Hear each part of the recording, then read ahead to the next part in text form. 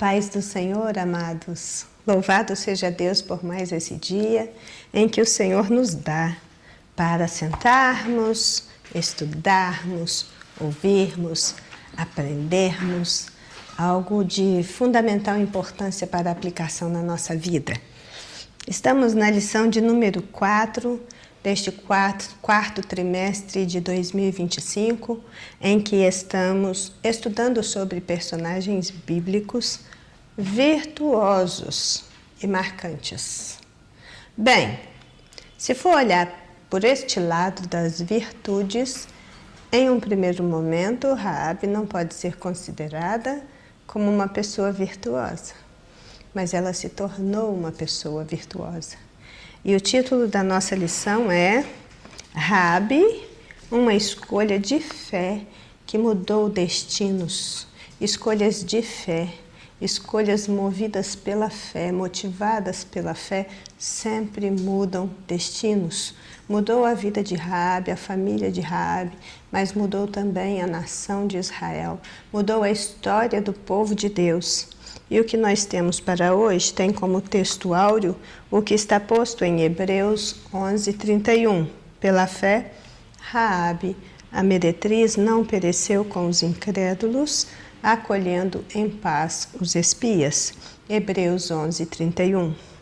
A verdade aplicada diz que a fé em Jesus Cristo, que recebemos a partir do anúncio do Evangelho, nos conduz à vitória sobre o mundo. E temos por objetivos nesta lição, dividido nos 3 tópicos, identificar a origem de Raabe, reconhecer que Raabe temeu o Deus de Israel e ressaltar a mudança de vida de Raabe, que aliás é o que fez toda a diferença no final das contas. O texto de referência encontra-se em Josué capítulo 2, dos versículos 1 ao 11, sendo que vamos saltar alguns, os versículos 2 ao 5. Veja, e enviou Josué, filho de Num, 2 homens, desde Sitim, a espiar secretamente, dizendo: andai e observai a terra de Jericó. Foram, pois, e entraram na casa de uma mulher prostituta, cujo nome era Raabe, e dormiram ali. Porém, ela os tinha feito subir ao telhado e os tinha escondido entre as canas do linho que pusera em ordem sobre o telhado. E antes que eles dormissem, ela subiu a eles sobre o telhado e disse aos homens: bem sei que o Senhor vos deu essa terra, e que o pavor de vós caiu sobre nós, e que todos os moradores da terra estão desmaiados diante de vós. Porque temos ouvido que o Senhor secou as águas do Mar Vermelho diante de vós, quando saíeis do Egito, e o que fizestes aos 2 reis dos amorreus, a Seom e a Og, que estavam da além do Jordão, os quais destruíram. Ouvindo isso, desmaiou nosso coração, e em ninguém mais há ânimo algum por causa da vossa presença, porque o Senhor vosso Deus é Deus em cima dos céus e embaixo na terra. Então, com essa leitura introdutória, nós vamos agora fazer uma oração, pedindo ao Senhor que tome a nossa causa nesta manhã. Ele, que segundo a sua riqueza e graça já tem levado os nossos fardos, que também tome a nossa causa e nos conduza em vitória por meio de Jesus Cristo, nos fazer entender as Escrituras para podermos viver as Escrituras. Senhor nosso Deus, nosso Pai, oramos a Ti em nome de Jesus Cristo, Teu Filho amado, em mais essa aula de Escola Bíblica Dominical, suplicando a Sua presença e a Sua graça nas nossas mentes e nos nossos corações, instruindo a nossa mente para transformar a nossa vida. Fala, Senhor, através deste estudo e que o Seu nome seja glorificado em todas as coisas. Assim oramos em nome de Jesus. Amém. Que o Senhor alcance seu coração e a sua vida nesta manhã, te fazendo entender aquilo que o Espírito Santo quer nos ensinar. E diz assim a introdução da nossa revista: Raabe, uma mulher de Jericó, não fazia parte do povo de Israel. Apesar disso, ela temeu a Deus e, por fé, agiu com coragem e obediência ao esconder os espias enviados por Josué para observar a cidade. Nós temos aqui uma história inusitada, diferente, de uma pessoa improvável que vivia à margem da sociedade. Uma mulher pecadora, sua profissão de vida era de imoralidade na área da sexualidade. E ela estava envolvida com esse estilo de vida pecaminoso quando ela foi alcançada pela mensagem do Deus de Israel. Quando ela ouviu falar do Deus de Israel e algo no seu interior começou a ser transformado. Desde então, ela foi cheia de fé, foi cheia de coragem, ela se revestiu também de obediência, de humildade. Ela também fez com que toda essa fé transformasse em atos para que vidas fossem salvas. Então, o que nós vamos ver aqui é que começamos essa reflexão do capítulo 2 do livro de Josué, lendo que ele enviou 2 homens até a terra de Jericó. Quando eles entraram na cidade, eles foram então buscar abrigo na casa de uma mulher prostituta.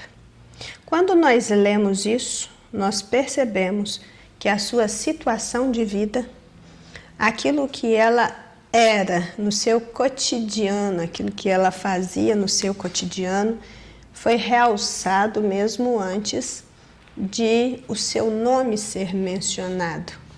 Isso tem a sua razão de ser, porque o ambiente da casa de Raabe era um lugar onde se praticava a imoralidade sexual. Ali, na casa de uma mulher prostituta, esses enviados de Deus encontraram abrigo, o que parece uma contradição no momento, né? Mas, todavia, esta foi a casa e esta foi a pessoa que, ao ter conhecimento do Deus de Israel, creu incondicionalmente. E ela também foi usada como instrumento de Deus para a libertação dos espias. E nós vemos nisso que, primeiro, porque Deus é especialista em transformar maldição em bênçãos. Não importa a condição da pessoa, não há nada que a pessoa tenha feito na sua vida que não possa experimentar o toque transformador de Deus. E a outra coisa é que Deus usa quem Ele quer, como quer, quando quer, para o que for atender os seus planos. E por mais estranhamento que isso nos cause, Ele, Deus, não precisa do nosso referencial de justiça e de moral para agir de acordo com os seus propósitos redentores. Então, sim, é uma casa reprovável. É um ambiente onde ninguém vai propositalmente, onde ninguém vai por escolha. Esses espias, eles foram direcionados. Ninguém sabia, mas Deus sabia que ali naquele ambiente inóspito, pecador, pecaminoso, naquele ambiente de sujidade, de comprometimento, de corrupção, de degeneração, tinha ali um coração e uma mente que já estava sendo transformado por Deus, tocado por Deus, por causa das notícias que estavam chegando a Jericó do Deus dos Hebreus. Nós precisamos ter uma visão um pouco mais alargada do que é a prostituição, de como a prostituição tem estado presente na história humana desde sempre. Precisamos ter esse entendimento ampliado das consequências deste mal no mundo, Precisamos saber, por exemplo, o quanto ela é fatídica, ela é terrível, principalmente quando as consequências de uma vida de imoralidade sexual repercute nos filhos que nascem dessas uniões. Então, irmãos, realmente essa visão do que é a prostituição em si precisa estar diante de nós. Estes são redutos onde ninguém se atreve a ir. Independentemente do comprometimento do lugar, nenhuma pessoa de bem vai nem querer passar perto. Mas ali existem almas sedentas, almas carentes, que também precisam ouvir uma mensagem de salvação, uma mensagem poderosa, uma mensagem transformadora da palavra de Deus. Precisamos orar. Hoje, com essa facilidade de transmissão de mensagens online, e hoje também sabemos que em todo lugar do mundo as pessoas têm acesso aos meios de comunicação virtual, precisamos orar para que cada vez mais a mensagem de Deus chegue a esses lugares de todos os meios possíveis. É difícil encontrar hoje locais de prostituição como se tinha até na história recente. Com a virtualidade das relações, a prostituição, inclusive no nosso tempo, ela ganhou novos contornos. Você já tem aí sites exclusivos voltados para esse tipo de demanda. Inclusive, pessoas enriquecendo e enriquecendo muito por causa da oferta de prostituição online. Independente se ela é oferecida de forma online, independente que esteja oferecida em algum outro reduto de pecaminosidade, independente que ela esteja acontecendo nas baladas da noite, nas boates, naqueles lugares onde podem e ainda são identificados como zonas de meretrício ou lugar de meretrício, a questão é a mesma. Ainda que a legislação brasileira já tenha trabalhado nesse sentido de tornar a prostituição como uma profissão legal, chamando todas as pessoas envolvidas neste contexto de profissionais do sexo, garantindo inclusive a aposentadoria por tempo de serviço depois dos 25 anos, comprovadamente, para nós continua sendo o que é. Prostituição é pecado. Se para os legisladores, os doutrinadores deste tempo, reconhecer a prostituição como algo legítimo e próprio da condição humana, inclusive criando artifícios legais para o seu funcionamento, porque isso também acontece, artifícios são criados para a prática da prostituição segura.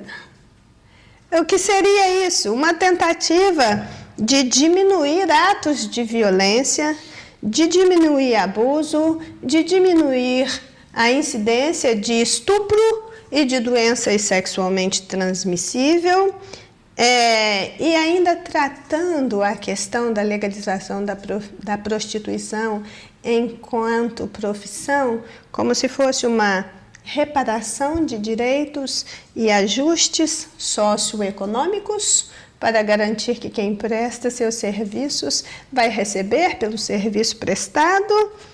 Tudo isso acontece no nosso tempo, mas para a Bíblia se trata de uma obra da carne a ser combatida. Para a Bíblia se trata de algo abominável para Deus. Essa era a condição de Raabe, uma situação abominável, onde ela vivia afundada na imoralidade sexual. Então vejamos o tópico 1, que nos fala um pouco sobre a origem de Raabe. Aqui tem na nossa revista explicando. A Bíblia não revela muito sobre Raabe, apenas que residia em Jericó e era prostituta. Possivelmente sua casa era uma hospedaria e ficava sobre os muros da cidade, portanto um lugar propício para os forasteiros entrarem, obterem informações sem levantar suspeita, um lugar propício para se esconder, um lugar propício para essas tramas que ocorrem nos bastidores. É bem possível que os espias enviados por Josué tenham se abrigado ali pela facilidade e pela visão privilegiada da cidade. Essa explicação inicial aqui, no primeiro tópico da nossa lição, nos leva para esta visão mais prática da coisa, né? Eles foram ali porque a casa ficava nos muros da cidade. Então, quando se adentrava na cidade, o que se tinha de principal acesso era estas casas que funcionavam nos muros da cidade. Na antiguidade, nesta época, não apenas em Jericó, mas em outras cidades fortificadas, essas cidades eram cercadas por muros altíssimos, né? Existe aí essa conjectura de que Jericó tinha muros em torno de 7 metros de altura ou mais, e que a largura deste muro era em torno de 2,5 metros, o que deixaria passar até carruagens de cavalos por cima desses muros. Mas nessa distância aí, nesse muro aí de quase 2,5 metros de largura, nós tínhamos estas casas de prostituição, você tinha casas de comércio, você tinha depósito, você tinha outros lugares espalhados pelos muros da cidade que serviam a muitos propósitos. Um forasteiro que adentrava numa cidade desta antiguidade, ele já sabia para onde ir. Ele circulava os muros da cidade porque ali ele ia encontrar tudo que estivesse procurando. É como se fosse ali um local comercial privilegiado. Então, quando pensamos na cidade de Jericó, o 1.1 diz que Jericó é uma cidade construída no Vale do Jordão, na Palestina, que cresceu às margens do rio, cerca de 250 metros abaixo do nível do mar. Ela é chamada na Bíblia de Cidade das Palmeiras. Então é uma cidade construída num oásis privilegiado, né? O ataque ao bom samaritano se passou numa estrada estreita que ia de Jerusalém para Jericó. Era uma cidade ímpia, uma cidade idólatra, uma cidade corrompida. Embora pequena no tamanho, era bem fortificada, protegida por muitos muros altos e largos. O que nós vemos? Nós temos muitas informações, tanto bíblica quanto na literatura secular, a respeito de Jericó. E nós precisamos também pensar em algumas questões sobre essa cidade. Se você olha, diz que é uma cidade que cresceu às margens ali do Rio Jordão. O Jordão é o rio principal da terra de Israel, ele corre no sentido norte e sul, ele divide o país em duas partes distintas. De um lado você tem Israel, do outro lado você tem a Transjordânia. Ele é o rio mais importante do mundo antigo. Ele também está ligado à revelação bíblica desde os dias de Abraão até os dias de Jesus. Ao longo dos séculos, o Rio Jordão ele foi palco de vários episódios importantes. E as pontes são uma invenção recente. Então, para passar de um lado para o outro, era necessário procurar lugares de menor profundidade, com uma correnteza um pouco mais suave. Certamente esse não foi o caso do lugar onde os hebreus deveriam atravessar para rumar em direção a Jericó.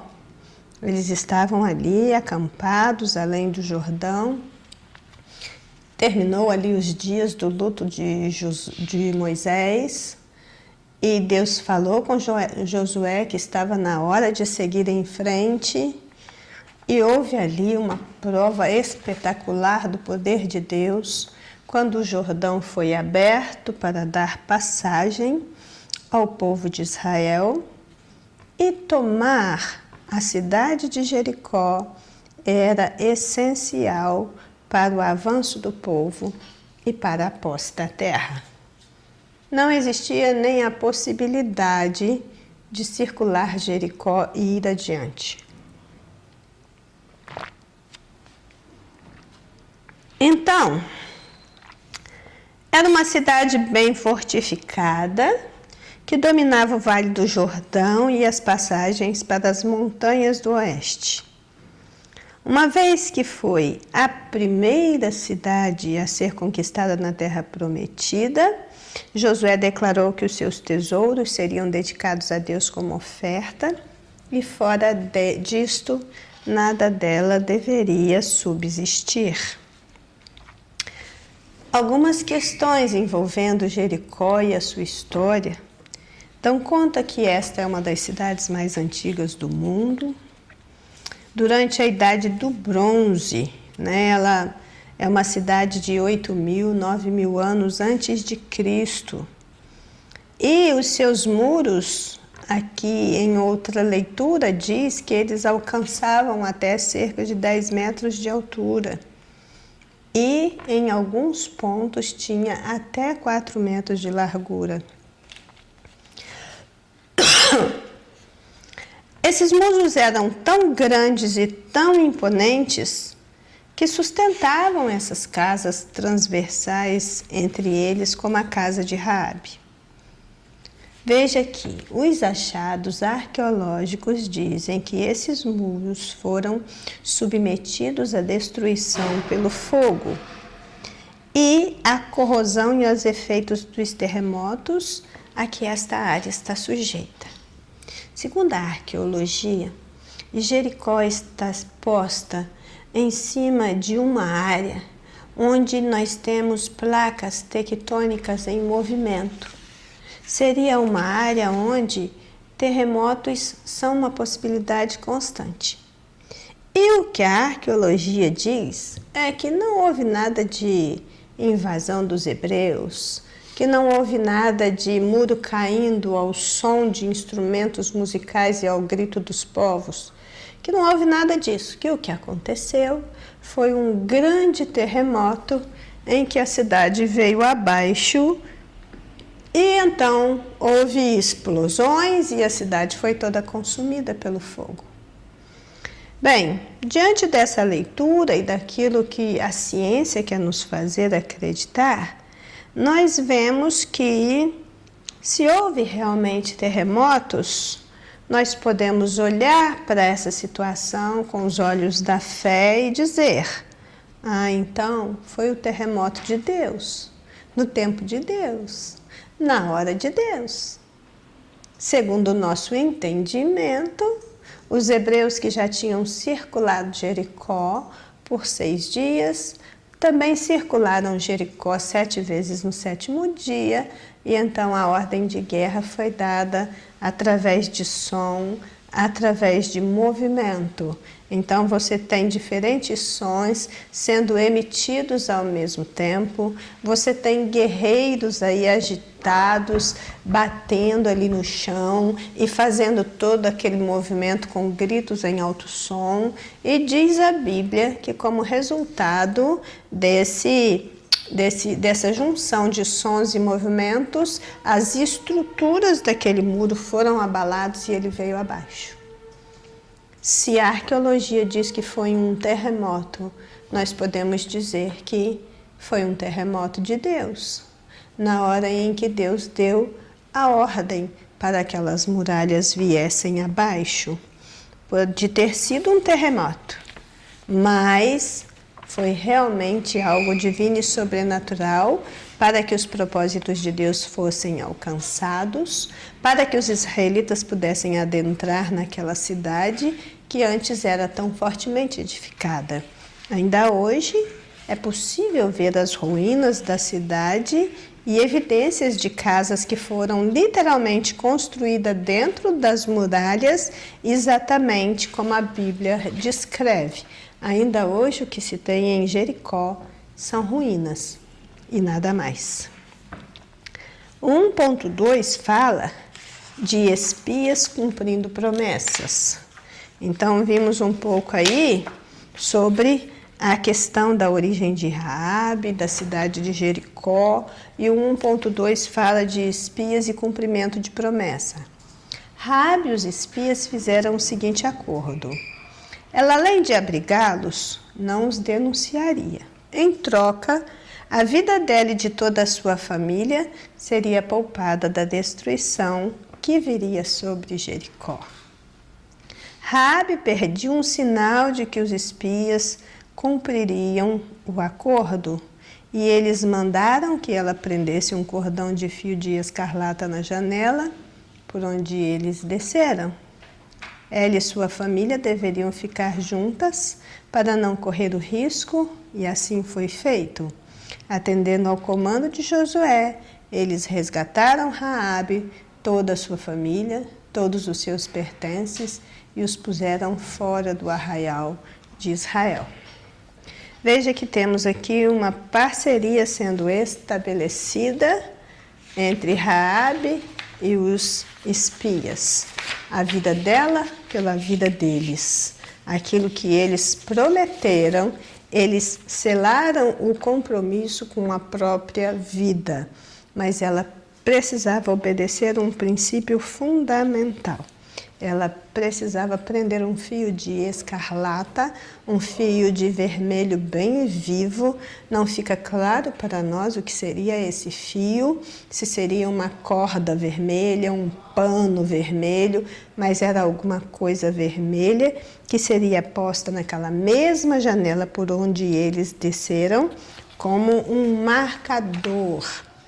Então, nós olhamos para os versículos 15 e 18 de Josué, capítulo 2, e temos aí essa explicação a respeito desta questão da corda na janela de Raabe e do fio de escarlate. São 2 versículos, são 2 situações diferentes. O que nós vamos ver, por exemplo, é que se você ler o capítulo 2, o versículo 15, que diz: então Raabe os ajudou a descer pela janela por uma corda, pois sua casa fazia parte do muro da cidade. Essa corda, essa palavra corda, que está presente no versículo 15, em hebraico, a palavra é shevel. E shevel, em hebraico, até hoje, significa corda ou cordão. Mas, quando essa palavra shevel também é encontrada em outras partes da Bíblia, está falando também de um território que a pessoa pode marcar com linhas e cordões, também pode significar porção medida, lote, parte ou região, mas também pode significar dor, tristeza e ainda trabalho de parto.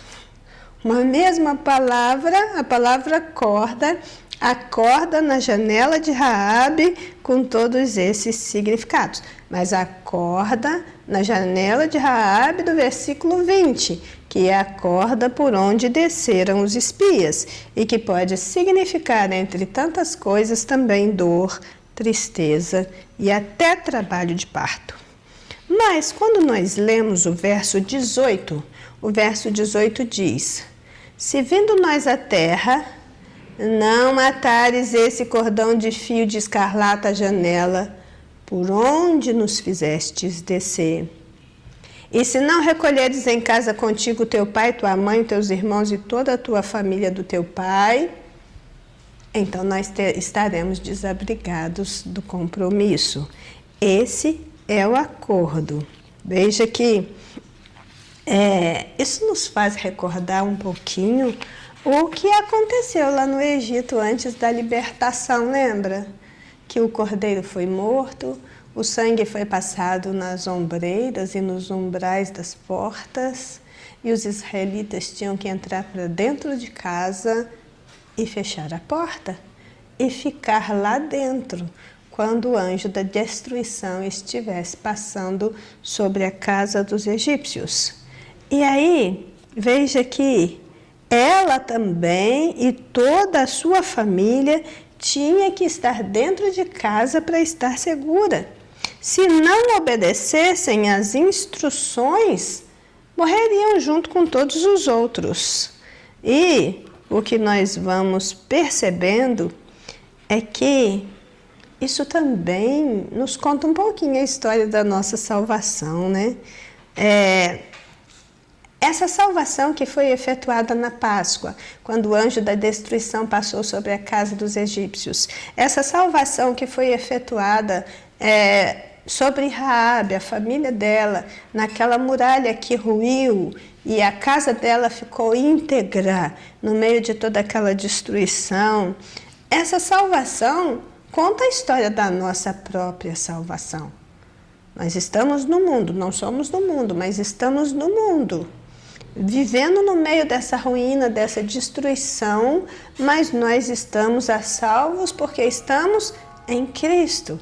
Ele é o nosso lugar de refúgio, Ele é a nossa fortaleza, o nosso lugar forte. Então a mensagem de Jericó é esta: há esperança para todos os que desejam ser resgatados da destruição.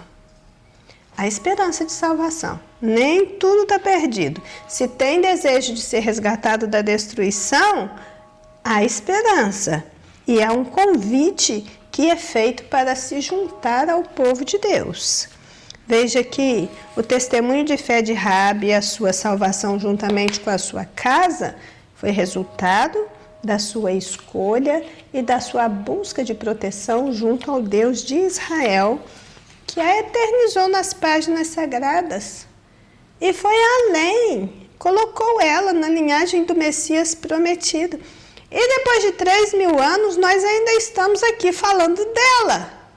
O fio de escarlate na sua janela também era o último fio de esperança da sua vida. Era o último fio de esperança para ela e a sua casa. Mas ele estava lá, na hora certa, no lugar certo, cumprindo os acordos da aliança. Ele era um marcador de livramento e de proteção divina. E aí, quando você olha para esse fio de escarlate do verso 18, a palavra em hebraico é tikva. Tikva. Tikva significa esperança. A corda por onde os espias desceram tem o significado de dor, de destruição, de sofrimento. Eles estavam deixando a cidade da destruição pela corda da destruição e da dor. Mas no lugar do shevel, da corda da destruição e da dor, foi colocado o fio de escarlata, que escrito lá no original, a palavra encontrada é tikva. A esperança foi colocada onde antes havia dor, sofrimento e perspectiva de destruição. Então, a corda da janela de Raabe, seja ela a corda que foi colocada para os espias descerem, seja ela o fio de escarlata que foi colocada lá como um marcador de libertação, nos conta uma história muito interessante e nós deveríamos ter ouvidos para ouvir essa história. 1.3 do tópico 1, ele fecha falando sobre fé, obediência e confiança. Eu vou só ler um pouquinho do que está aqui no 1.3, porque o tópico 2 ele é exatamente sobre isso. Está bem? Só para nós avançarmos. Aqui diz: a fé cristã se evidencia na obediência à palavra, uma vez que o Senhor se agrada mais de quem obedece do que de quem faz sacrifícios. Raabe reconheceu que os espias seguiam ao Deus verdadeiro, soberano sobre os céus e a terra. Possivelmente, ela sentiu medo diante da destruição que estava vindo sobre Jericó. Não tem como não sentir medo, não é? Mas preferiu manter a fé ao escolher a melhor parte, que não lhe foi tirada, que não lhe seria tirada. E quando nós escolhermos a melhor parte, isto também não nos será tirado. Então, nós continuamos nesse 1.3, discorrendo ele no tópico de número 2, que diz: Raabe ouviu e creu. Ao ouvir as maravilhas do Deus dos israelitas, Raabe creu. Ela reconheceu o poder e a autoridade do Senhor, o que mostrou na prática ao esconder os espias enviados por Josué e ajudá-los a escapar. Raabe, uma mulher pecadora, arriscou-se por confiar que o Deus de Israel era capaz de salvar não apenas a sua vida, mas também a da sua família. Partindo dessas considerações feitas aqui pelo nosso comentarista da revista, nós podemos dizer que ouvir e crer são os dois lados da mesma moeda. Uma coisa sem a outra não funciona. Raabe creu. E essa crença baseada em uma fé salvífica foi o escape do céu para ela e a sua casa.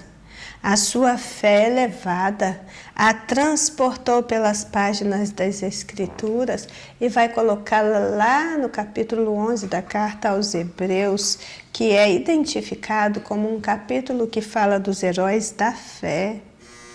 Um capítulo que trata de homens e mulheres que venceram grandes embates e triunfaram sobre as batalhas da vida pela fé.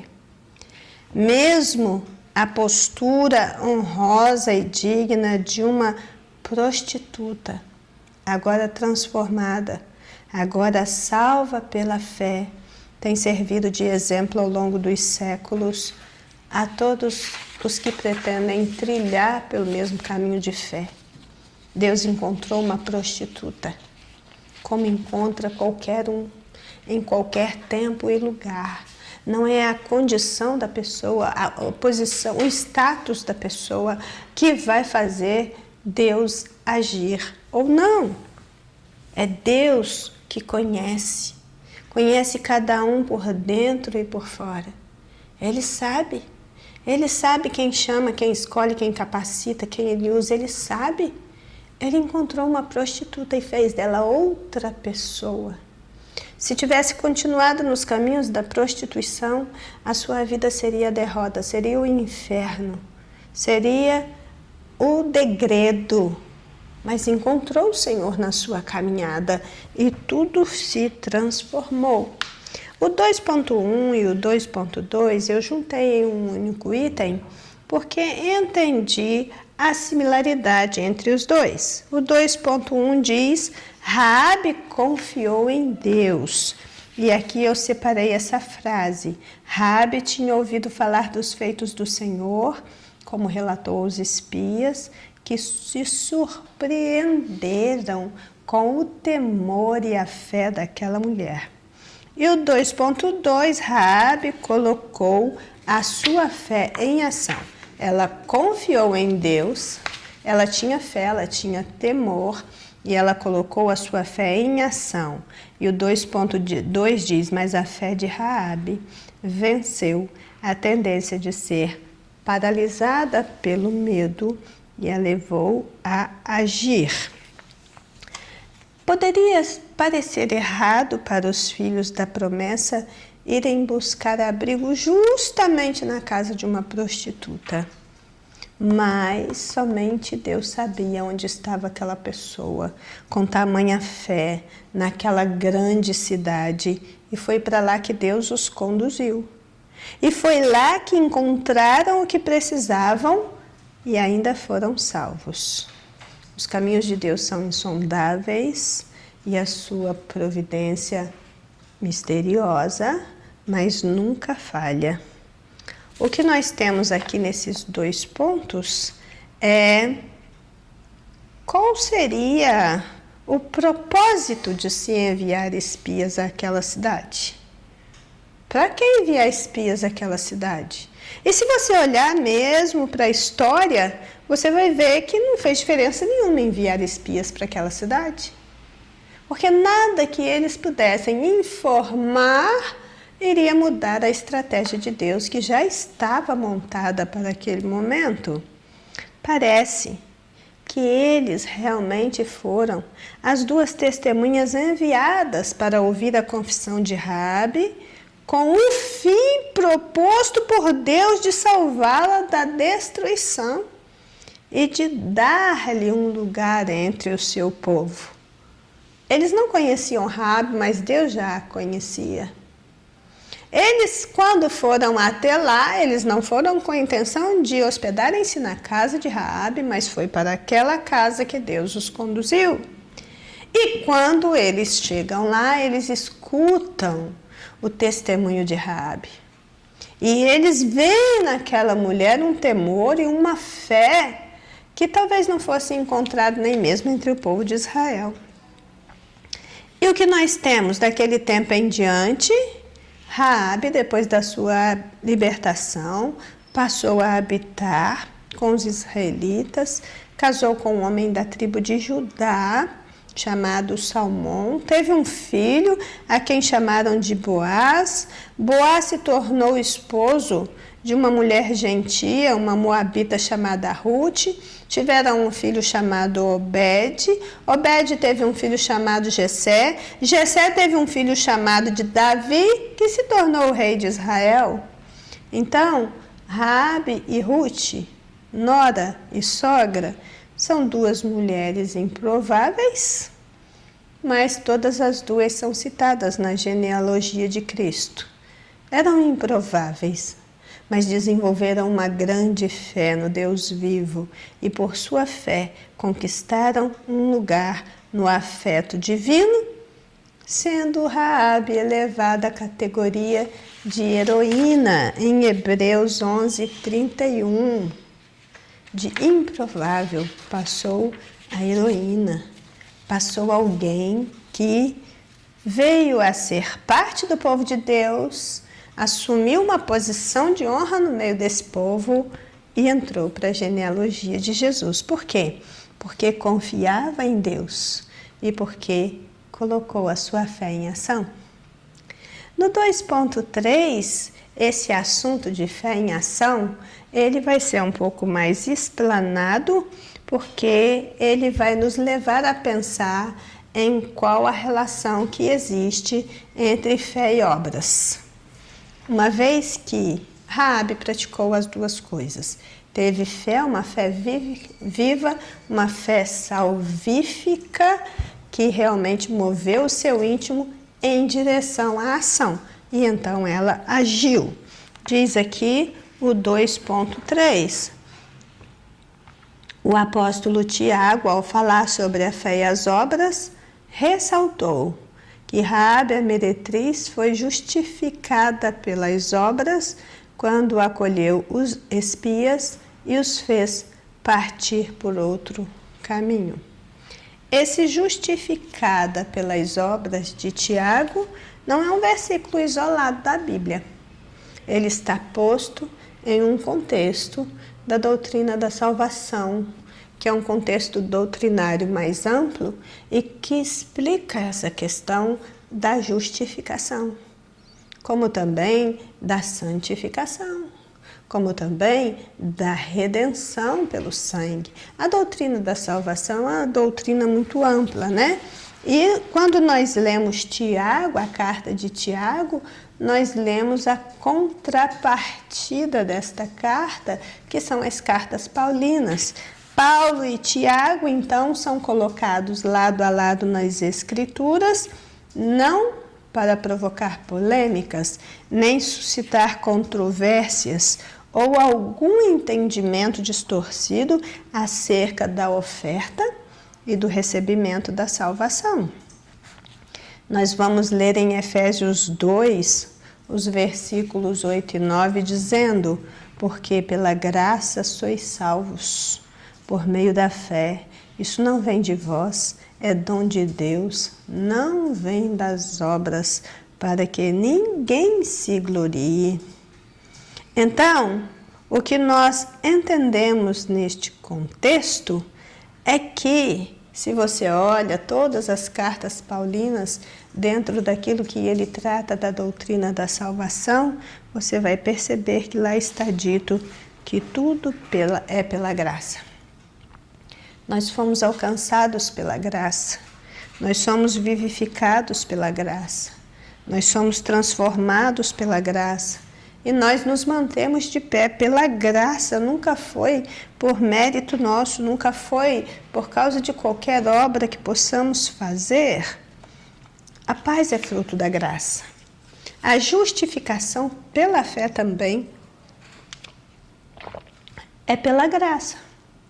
Através da graça, o pecador recebe vida, libertação, perdão. Salvação não é por obras, pois a obra da salvação já está completa em Cristo.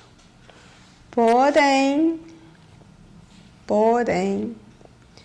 uma vez sendo salvos, o próximo passo, a posição correta diante de Deus, é fazer com que essa salvação, ela transpareça através de obras. A fé é o princípio vital, mas a fé, ela produz obras que acontecem como uma autoexpressão da graça. Quem é alcançado pela graça, você tem aí obras que são espiritualmente compreendidas como resultado da ação da graça que está operando no íntimo. Assim como a graça, as obras ou as boas obras, elas são divinamente inspiradas, elas são difundidas nos salvos pelo Espírito Santo. Vejamos ainda que se eu leio Hebreus 6:9, por exemplo, ele vai dizer para mim: de vós, amados, esperamos coisas melhores e coisas que acompanham a salvação. Estas coisas que acompanham a salvação não seria porventura as boas obras que se espera dos salvos? Ainda que a salvação em si tenha sido operada nele pela fé, o próprio Jesus ensinou que as boas obras deveriam acompanhar os filhos da luz. Mateus 5,16. Assim, resplandeça a vossa luz diante dos homens, para que vejam as vossas boas obras e glorifiquem a vosso Pai que está no céu. O que nós temos aqui é que, tendo recebido a graça da justificação, o crente é introduzido numa posição inteiramente nova e já não é considerado mais como se estivesse no seu estado anterior de culpa e de condenação, mas agora ele está num estado de eterna e perfeita justificação. E a condição que Deus o vê agora é de pleno perdão. A condição que Deus vê agora é em estado de perfeição e santidade, que não é achado nele uma simples nódoa do pecado. Isso é o que acontece no ato da salvação. Foi tirada a sua condição de culpa e ele foi colocado em uma nova condição de justiça imaculada. Mas, uma vez estando nessa condição, tendo sido justificado pela fé em Jesus Cristo, onde a obra de Jesus cancelou toda a dívida que existia para com Deus e a justiça de Cristo foi colocada no seu lugar, o próximo passo é andar em novidade de vida. E essa novidade de vida vai implicar em agir de um modo salvo, em trabalhar de um modo salvo, em servir de um modo salvo. E essa ação, esse serviço que se presta para Deus e para o próximo, ele é descrito na Bíblia como boas obras. Mas veja o ponto 3 da nossa lição, vai então falar sobre Raabe como uma pecadora salva, que foi o seu estado depois de ter encontrado com Deus de Israel. Antes ela o conhecia de ouvir falar, mas agora, estando ali diante dos espias, de ter ouvido a história da salvação, ela se converte a esse Deus.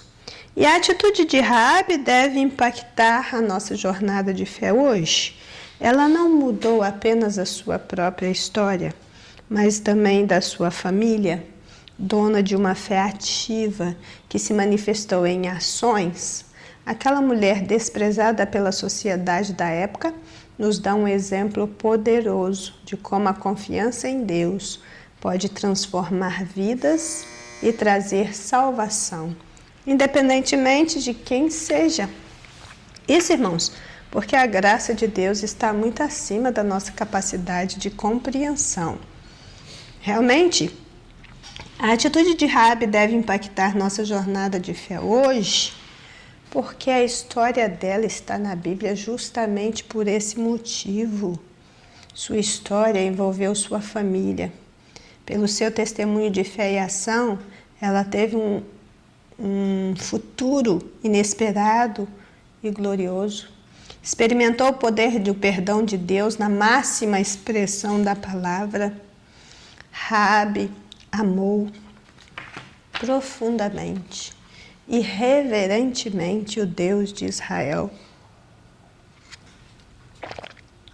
Até antes mesmo de ser apresentada a ele formalmente. E esse amor extravagante a manteve com vida quando todos na cidade pereceram.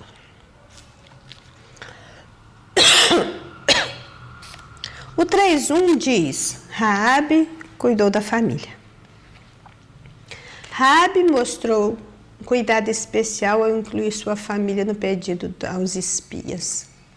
Sabe-se lá, né? Por que as pessoas entram por esses caminhos de perdição. Mas mesmo na condição de perdida, Raabe teve um olhar especial para a própria família. Quando ela fez o acordo com os mensageiros de Josué, pediu proteção para si mesma e também para seus familiares. Este gesto mostrou sua preocupação com aqueles que amavam, mas também confirmou a sua fé. Veja que, desde o início, pensar na família e cuidar na família é um princípio divino que precisa ser entendido, que precisa ser vivido, que precisa ser aplicado cotidianamente para a salvação de toda a casa. Vários versículos bíblicos são tomados como referência e alguns personagens bíblicos vão demonstrar as dificuldades que tiveram com relação à sua família. O próprio Davi, em 2 Samuel 23:5, expressou-se assim: ainda que a minha casa não seja tal para com Deus, ainda que a minha casa não seja aquilo que ela deveria ser, mas eu estou aliançado com Deus e Ele me fez uma promessa. Ele estabeleceu comigo um concerto eterno, que tudo será ordenado e guardado. Ele vai pôr ordem no caos. Ele prometeu para mim. Ainda que a minha casa não seja o que deveria ser, Deus prometeu para mim que tudo vai ser ordenado. Ele vai colocar ordem. Ele vai guardar a minha casa, porque essa é a promessa dele. Então você veja que mesmo com essas dificuldades admitidas, o consolo divino foi assegurado e as promessas de Deus nunca faltaram.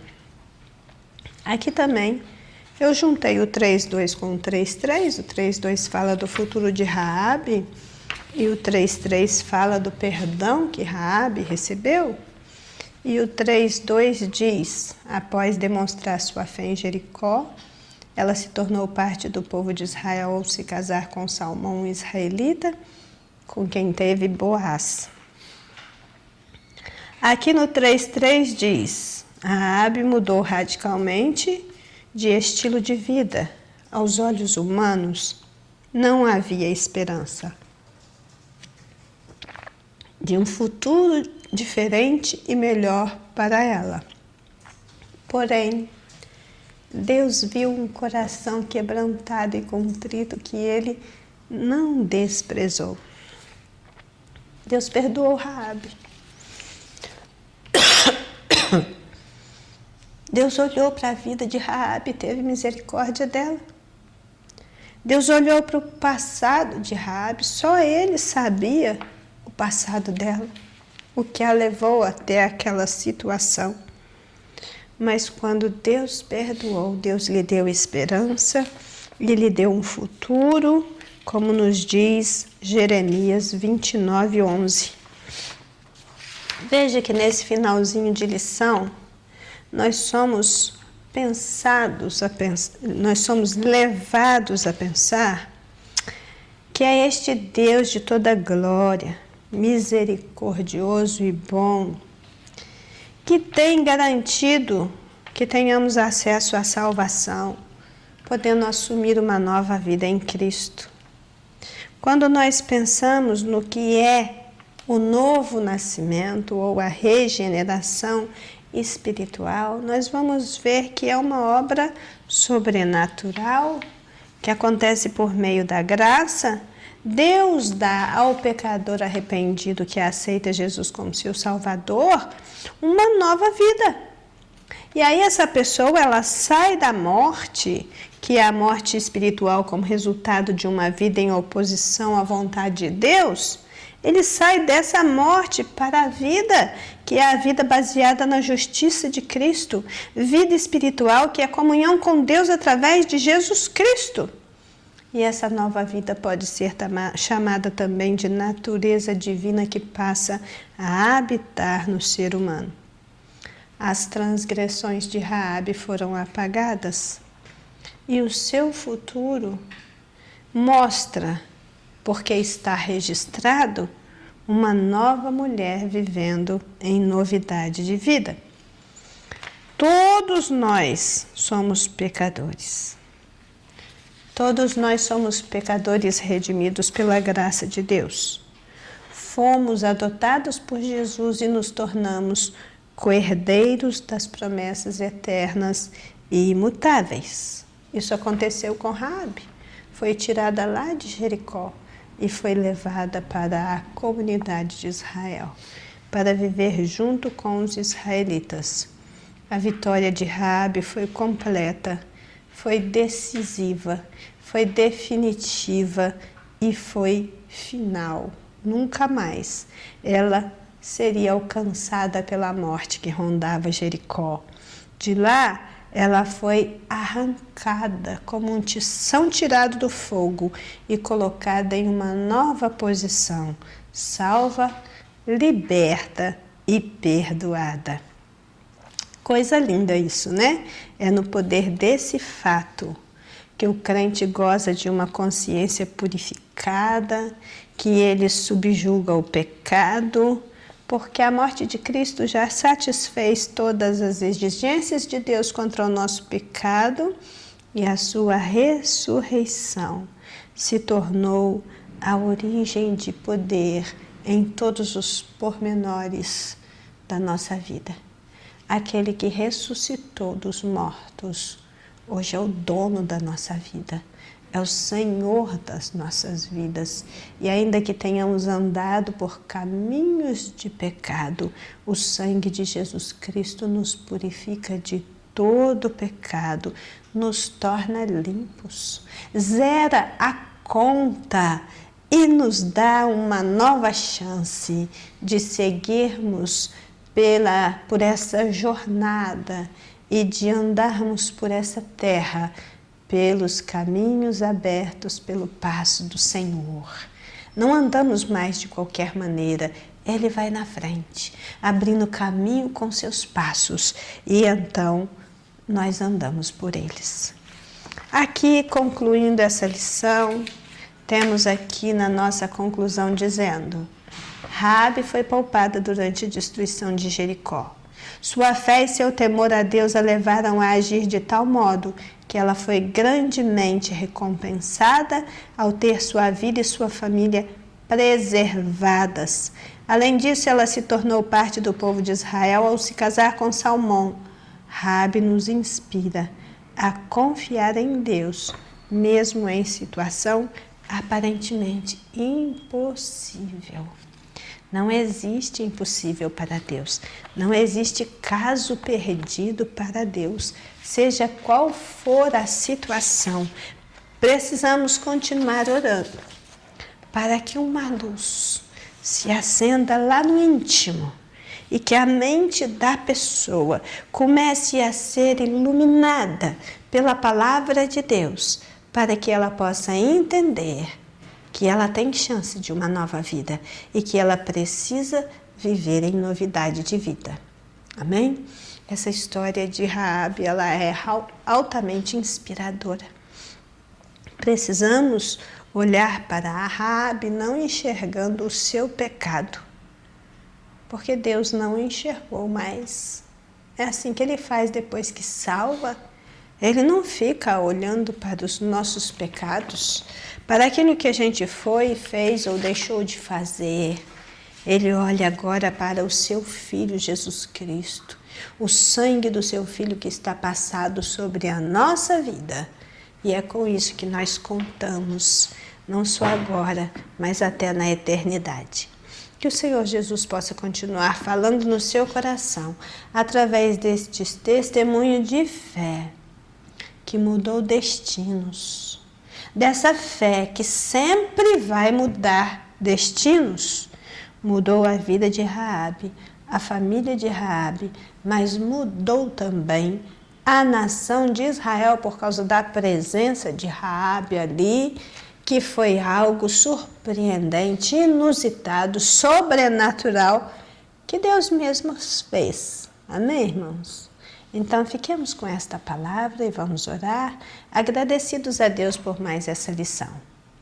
Senhor nosso Deus e Pai, nós rendemos graças ao Teu nome e pedimos em nome de Jesus que a Tua boa mão esteja sobre as nossas vidas, nos ajudando e orientando em tudo. Abra o nosso entendimento, ilumina, Senhor, os nossos pensamentos, para podermos enxergar que a Tua graça está muito acima da nossa compreensão. E aquilo que o Senhor faz movido pelos seus propósitos redentores. Ainda que não entendemos, o Senhor está agindo e que possamos descansar sabendo que a sua providência, ela realmente vai chegar, vai acontecer, porque foi a boca do Senhor que disse. Toma cada um dos teus filhos e filhas que participaram conosco nesta lição e estamos todos entregues nas tuas mãos, em nome de Jesus. Amém. Que seja um dia de paz para você e a sua casa, em nome de Jesus.